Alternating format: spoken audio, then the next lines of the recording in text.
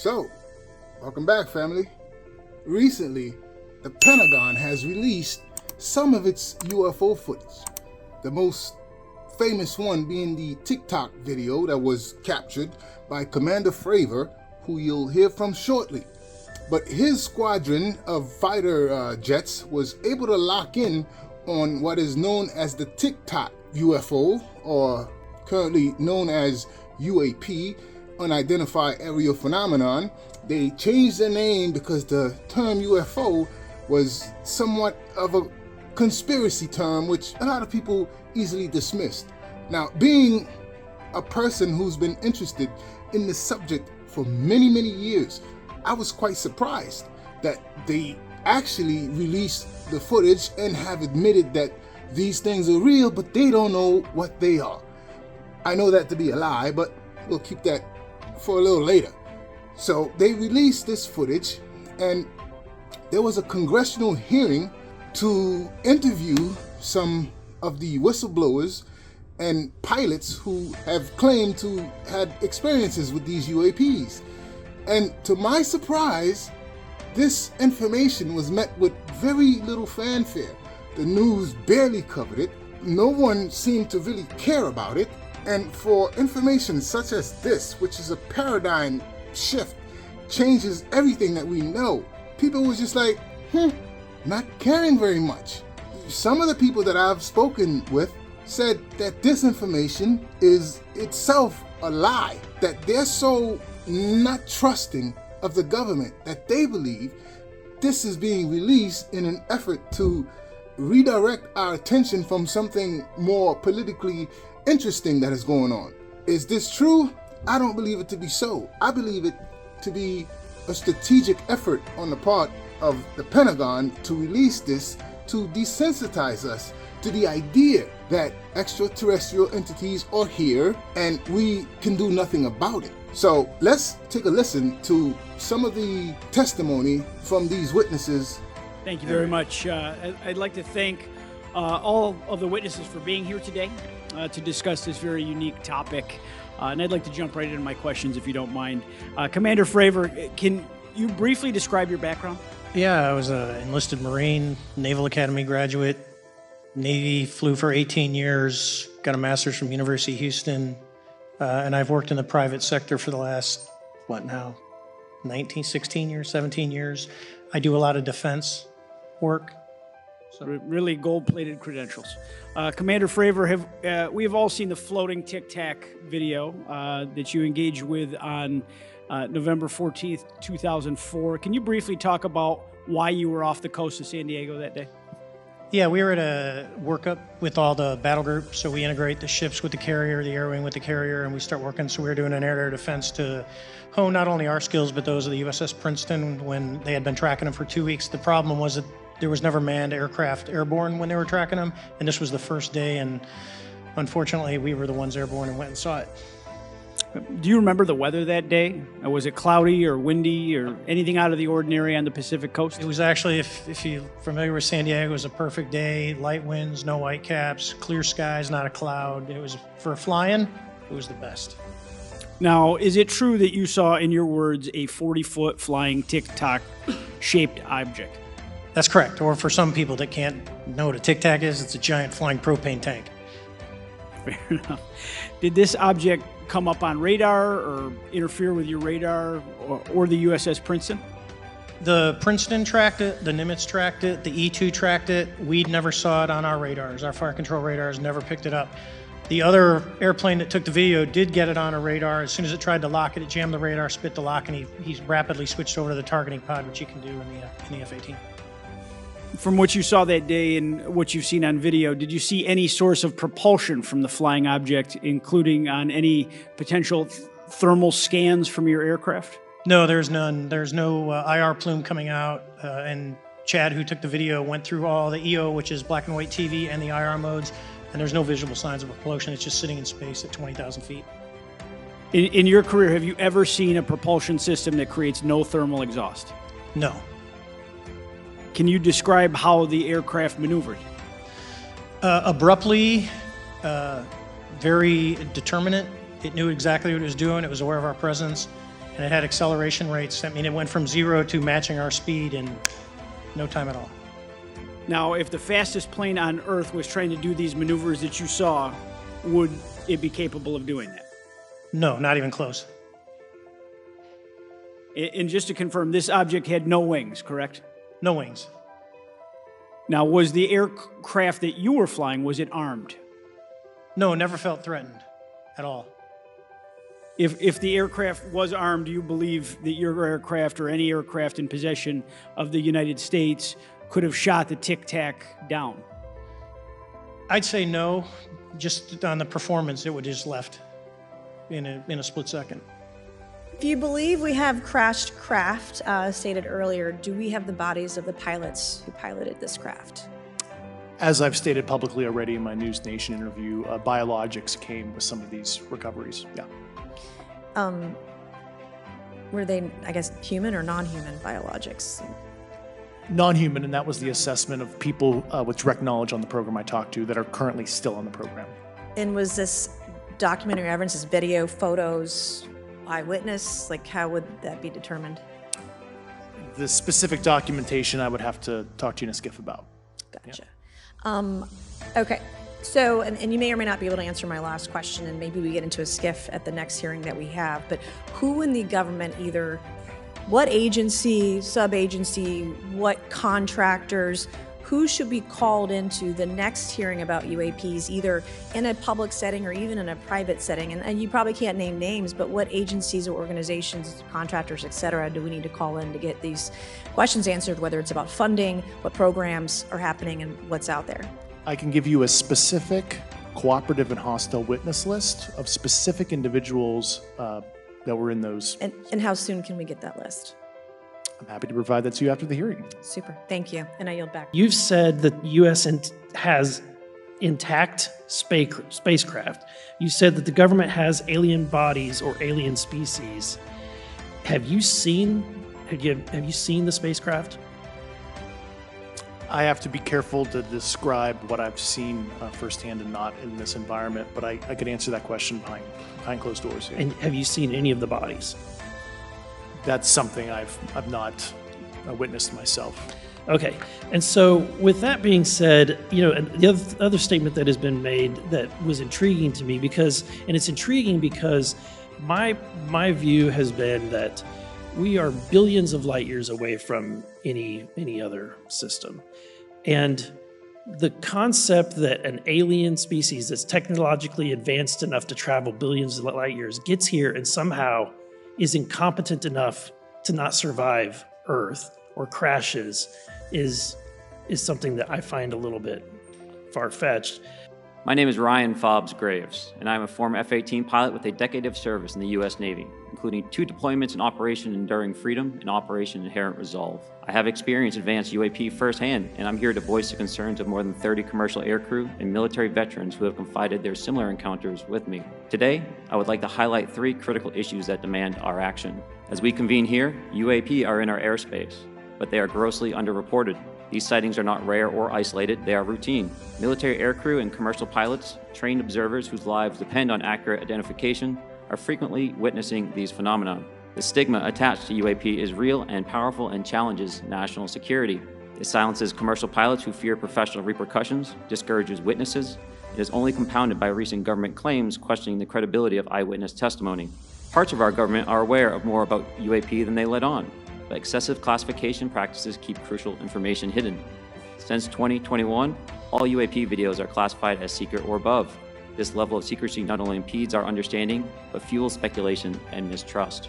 In 2014, I was an F-18 Foxtrot pilot in the Navy Fighter Attack Squadron 11, the Red Rippers, and I was stationed at NAS Oceana in Virginia Beach. After upgrades were made to our jet's radar systems, we began detecting unknown objects operating in our airspace. At first, we assumed they were radar errors, but soon we began to correlate the radar tracks with multiple onboard sensors, including infrared systems, eventually through visual ID.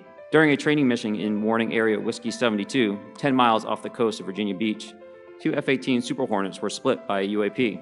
The object, described as a dark gray or a black cube inside of a clear sphere, came within 50 feet of the lead aircraft and was estimated to be 5 to 15 feet in diameter. The mission commander terminated the flight immediately and returned to base. Our squadron submitted a safety report. but there was no official acknowledgement of the incident and no further mechanism to report the sightings. Soon, these encounters became so frequent that aircrew would discuss the risk of UAP as part of their regular pre-flight briefs. One thing you should keep in mind here is that these people who are coming forward talking aren't Bill and Dick from down the block. These are highly decorated people in the armed services. These are people entrusted to fly millions of dollars of our American weaponry. These fighter jets aren't made inexpensively. They're very highly technical devices that these people are entrusted to operate. So, if they're coming forward telling you something, I believe they have enough authority to demand your attention. You may not believe everything that they're saying, but what you should do is examine it, because these people aren't likely to be lying about this. So what I know, like I said, I've been interested in this subject for many, many years. I've looked into it. It's a rabbit hole that takes you many different directions. It's a subject matter where you're not going to go to one source and get the whole picture, because this information is so highly compartmentalized that if someone comes forward to give you any information about what they know, they only know a small piece of it. Now, the next speaker, Dr. Steven Greer, is the person who I believe has the best overall scope of the complete picture that I've ever heard. But, and then of course Ben Rich. Ben Rich was the head of the Lockheed Skunk Works and acknowledged towards the end of his period there that they had technologies that could, quote, take ET home. He also stated there were no private conversations anywhere on the earth, true, no matter what your encryption is. And also he said that anything you imagine, we've already done at the Skunk Works. Now, there's the Skunk Works that would deal with a conventional jet, rocket, ramjet type classified aircraft, right? But then there's another division that is the deep black. I want to make a distinction between the black budget and highly classified, legally overseen projects. Here I'm talking about, there's a guy I'm working with now who literally oversees the black budget of the United States. He was never read in on the UFO or UAP issue. And when he tried to find out, he went out to the Lockheed Skunk Works, he was shown a bunch of these conventional propulsion systems. He was not shown the ones that are the man-made UFOs, that are the electrogravitics, the things that float 100,000 miles per hour. So I think that that's one of the problems, is that there's almost two parallel systems.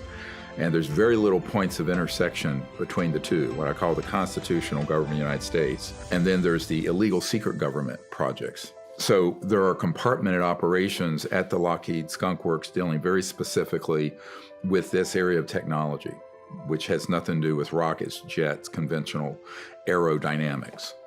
And it has to deal with electrogravitics, which is the ability to create a very high voltage system that causes a electromagnetic field propulsion. So there's almost like an electromagnetic field bubble around an object. It can levitate, lift, and it can go, Mach 300 and never have a sonic boom and no heat on the outer section of it.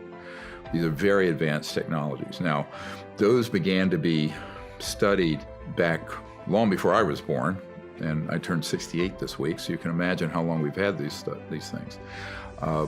We actually mastered gravity control in October 1954. One of the members of my team for many years was in the vault. He was the top scientist at the Naval Research Labs, the very large Department of Defense lab in DC there. And I'd been in there, and he saw the documentation for this. So, and I think what the public, and this is true of the senators and the congressmen and the White House, they are not read in to these other projects. They simply aren't. Several months ago, my office received a protected disclosure from Eglin Air Force Base indicating that there was a UAP incident that required my attention. I sought a briefing regarding that episode and brought with me Congressman Burchett and Congresswoman Luna. We asked to see any of the evidence that had been taken by flight crew in this endeavor, and to observe any radar signature, as well as to meet with the flight crew. We were not afforded access to all of the flight crew, and initially we were not afforded access to images and to radar. Thereafter, we had a bit of a discussion about how authorities flow in the United States of America, and we did see the image. And we did meet with one member of the flight crew who took the image. The image was of something that I am not able to attach to any human capability, either from the United States or from any of our adversaries. And I'm somewhat informed on the matter, having served on the Armed Services Committee for 7 years, having served on the committee that oversees DARPA and advanced technologies for several years. When we spoke with the flight crew and when he showed us the photo that he'd taken, I asked why the video wasn't engaged, why we didn't have a FLIR system that worked. Here's what he said. They were out on a test mission that day over the Gulf of Mexico. And when you're on a test mission, you're supposed to have clear airspace. Not supposed to be anything that shows up. And they saw a sequence of 4 craft in a clear diamond formation for which there is a radar sequence that I alone have observed in the United States Congress. One of the pilots goes to check out that diamond formation and sees a large floating, what I can only describe as an orb. Again, like I said, not of any human capability that I'm aware of. Well, that's another subculture term that's been attached to a series of projects that involve what the Pentagon, what they call a deceptive indication and warning, or a false INW, which is a false flag. And it's the ability to stage, through very advanced technologies, an alien attack or an alien event. And it's a whole series of them. Now, what most people don't know about since late 50s, early 60s, like the Barney Hill case and all that, those were all human assets abducting innocent people made to look alien. And so that psychological warfare was authorized in 1953, 54. 1954, we mastered gravity control. So we started deploying these assets to begin to condition the public that there's a scary threat from outer space. So what their whole purpose is to create sort of a global militarized totalitarian superstate of the world fighting another world. It's like War of the Worlds. Okay. And that's been a 70-year defense plan. And I know people who've seen that plan.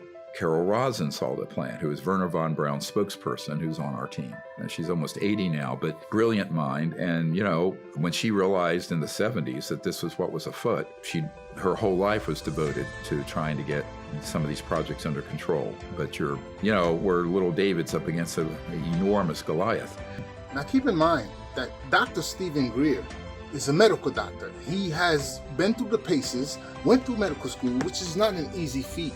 And he decided to leave that career alone to dig into this UFO stuff. Also, remember, if you guys don't know, there's no large amounts of money to be had in this field. Once you approach this and begin to speak out, your life becomes complicated and there's no monetary gains for most of it. So why would a medical doctor decide to leave his career alone to pursue this path and have become the foremost authority on this with hundreds of credible people, whistleblowers, on his team? Highly decorated Navy, Army, Air Force personnel speaking with him about their experiences. And he's put it all together, and in my opinion, this is the most credible person in this field.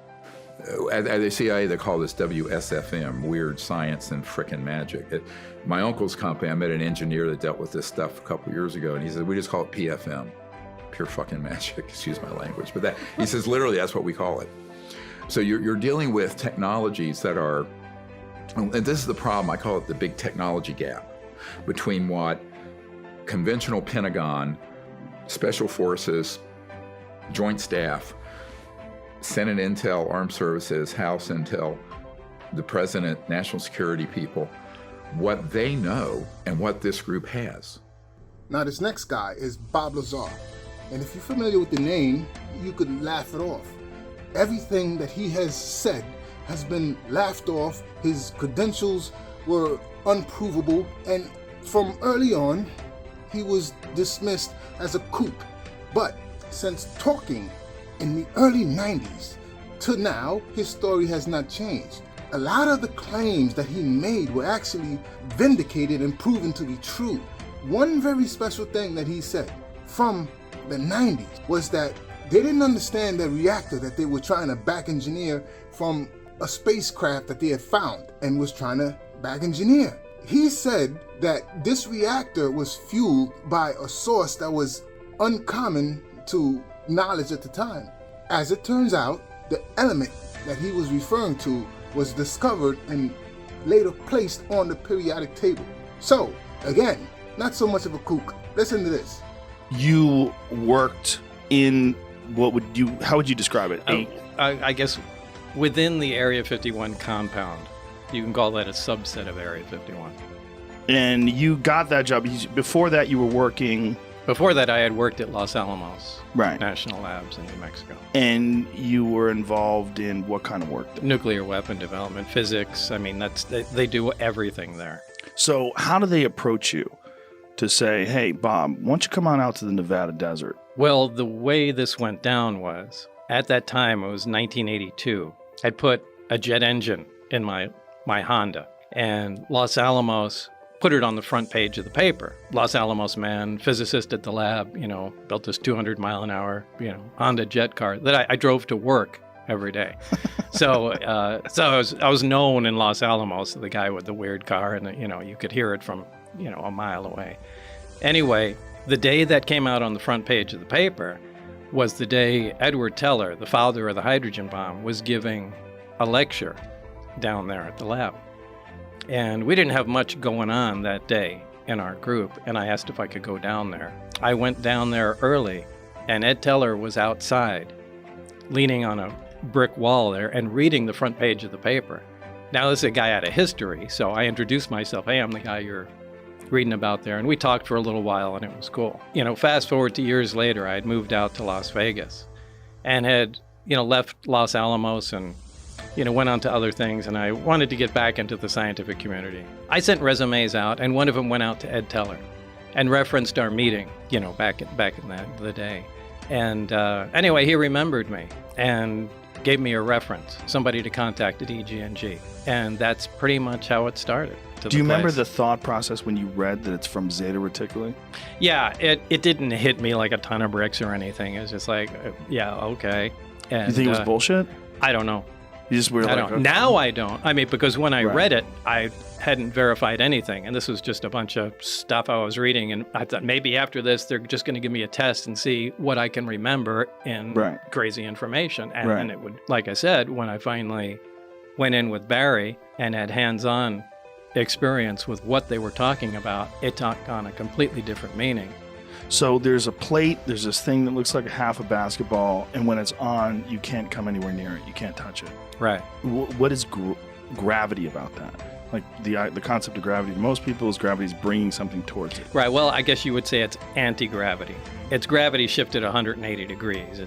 And did they have any understanding about what could possibly create this effect? Did they have any areas where they'd like you to look into? No, they knew there was a fuel source in it, and they were proficient at making it work. And again, my analogy to something like this is you can drop a motorcycle off in the wagon train days and just leave it with the keys parked outside, somebody's place.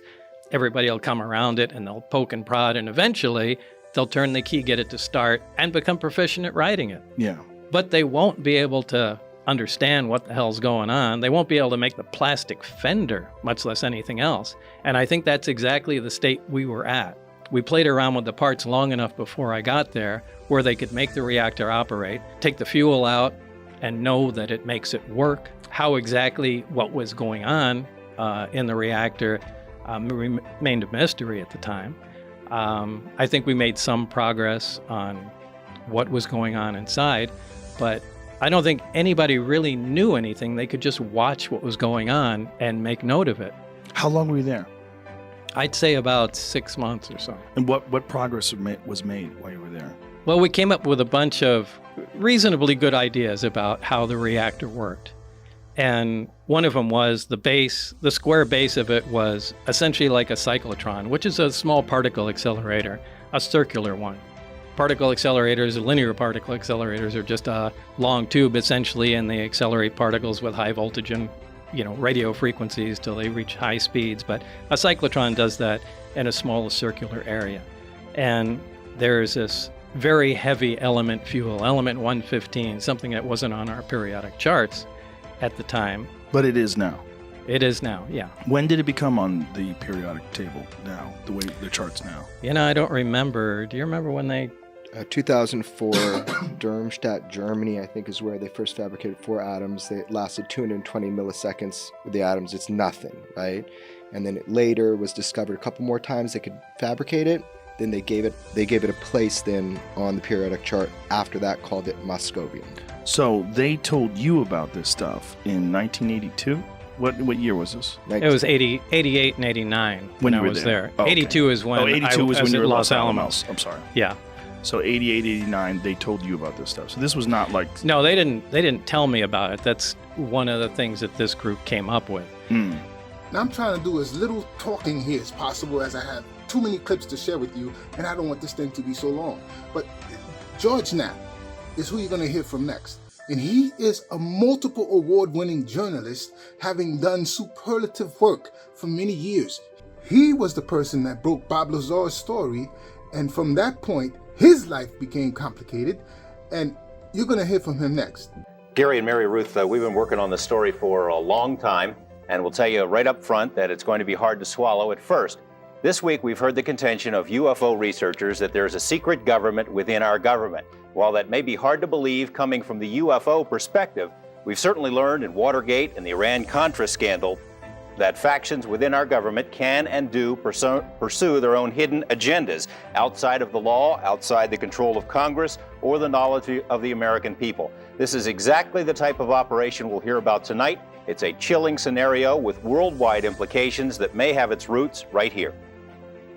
Area 51, that mysterious corner of the Nevada test site, is no longer much of a secret. The fact that secretive things go on here is a given, even to the Soviets, who make daily spy flights over the facility to take a peek at what's going on. These photos, never before shown in public, are about as close as anyone will ever come to seeing what the place looks like again. The dry bed of Groom Lake, corrugated metal buildings, a 3-mile-long runway, and some highly sophisticated radar and detection equipment. It's been known by many names over the years: Dreamland, the Ranch, the Skunk Works. If ever there was a place to test a secret new technology, this is it. And that's exactly what's been done here for decades. Area 51 is where Francis Gary Powers and the other U-2 pilots were trained in the 50s, and where the U-2 itself was developed. The SR-71 spy planes that spotted Soviet missiles in Cuba in the early 60s were also developed at 51.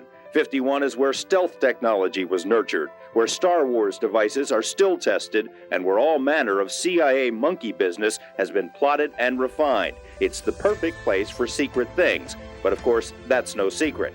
51 is ringed by the forbidden vastness of the Nevada test site, by the looming Groom Mountains, and by sparsely populated desert expanses. The few people who do live out here have no love lost for the military, but they're conservative, patriotic, and they mind their own business. You ever see stuff you can't explain? Sure. Lots of stuff. Care to elaborate? No.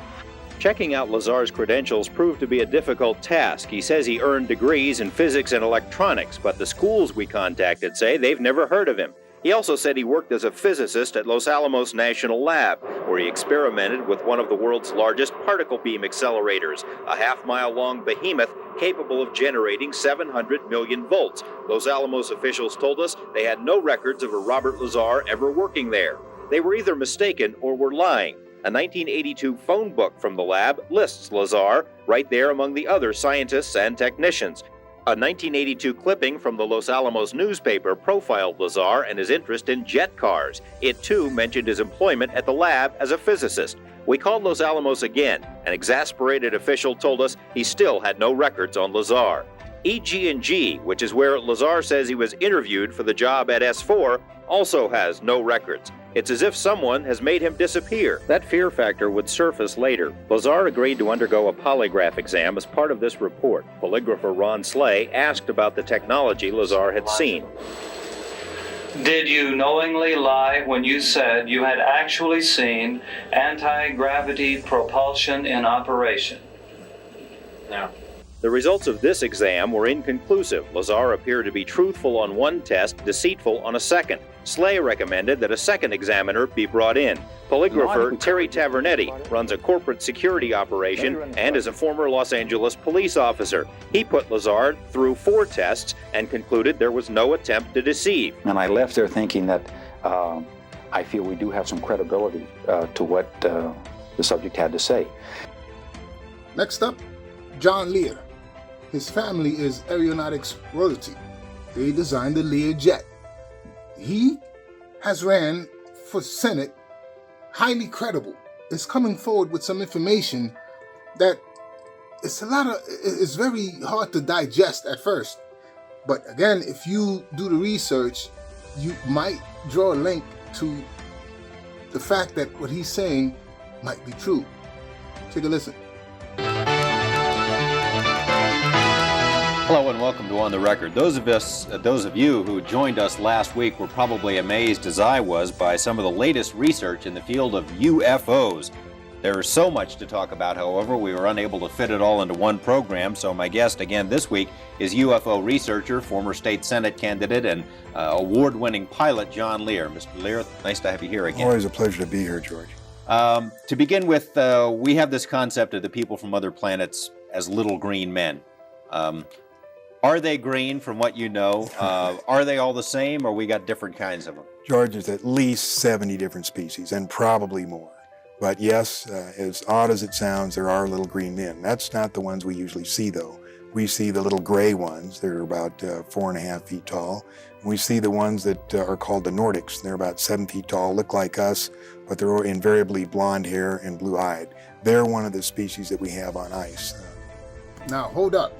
To some of you guys who might be race sensitive about the fact that he's saying some of these space aliens are 7 foot tall Nordics who are blonde hair and blue eyes. Let's take a listen to Officer Norman Berggren, who had a top level above top secret clearance, and hear what his accounts are.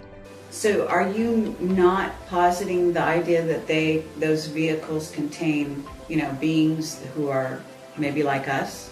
Yeah, I only go along with government images. And if you want to know about people kind of thing, there is the ship that picked up the Voyager capsule at Alameda Naval Shipyard. And they have a picture there of, I think it's the Apollo flight that Buzz and Neil were on.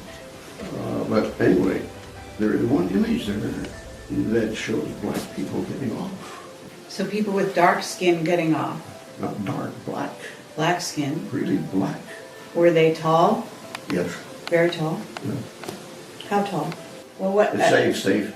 7 feet would be probably a conservative estimate.